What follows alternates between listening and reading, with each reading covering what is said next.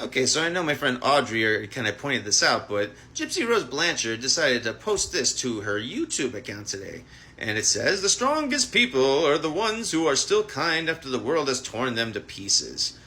If she's talking about herself, then I'm a little bit confused right now, because this is the same person that just the other day said this. I was a pawn of her con.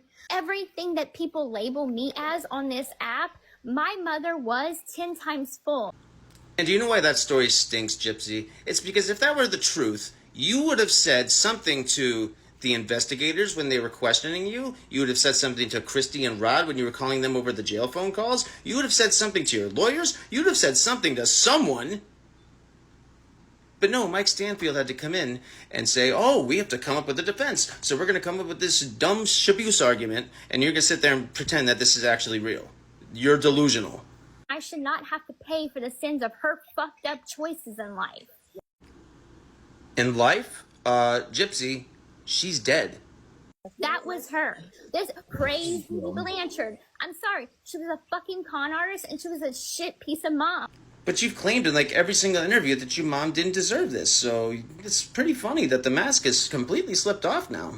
Like, she was not a good mom. She was a victim of me. She was my victim. Correct. She is your victim. You planned and executed to have her schmurdered. That makes her your victim. And yes, I will forever be sorry for that. Sorry for that? Did you not just hear yourself 2 seconds ago saying that she was a shit piece of mom? You certainly don't sound too sorry there. I don't think you know the definition of that word. Self-awareness, gone! But just like me, she was a victim and a perpetrator. No, let me correct you, Gypsy. She was the victim and you're the perpetrator. You're the reason she is not on this earth anymore. I'm sorry, I'm not going to praise a child abuser. I'm not going to understand why people are defending and saying justice for Dee Dee. Well, of course you're never going to understand that, because you really believe this lie that Mike Stanfield is putting to you. Again, Gypsy, if any of this were true, you would have said this to somebody over the phone or to the investigators. You had ample opportunities to tell somebody before you ended up with your lawyers, and it's just convenient that this narrative only came in when Mike Stanfield got involved. You really think we're going to believe this at this point? So of course you're not going to understand. You're not going to understand because you're out of touch with reality. You have been for quite a while. Her killer is in prison. No, her killer's not in prison. Her killer's on TikTok right now spewing a bunch of remorseless trash. And then you'll never hear us saying that either, Gypsy. No, because as far as I'm fucking concerned, she got her justice. You hear that, everybody? You hear that? She got her justice. You just heard it from the horse's mouths, everybody. So the next time you hear these people say that Dee Dee didn't deserve what happened to her and they have remorse and they feel sorry about it, just come back to this video and you'll hear exactly how they feel. Their masks have completely slipped off. And her judgment is going to come from God.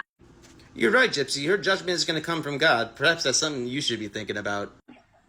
You know, I don't know where she is, heaven, hell. I don't care. That is God for him to judge that. It's like, I'm sorry the crime happened. I can't take it back. I could be a better person going forward.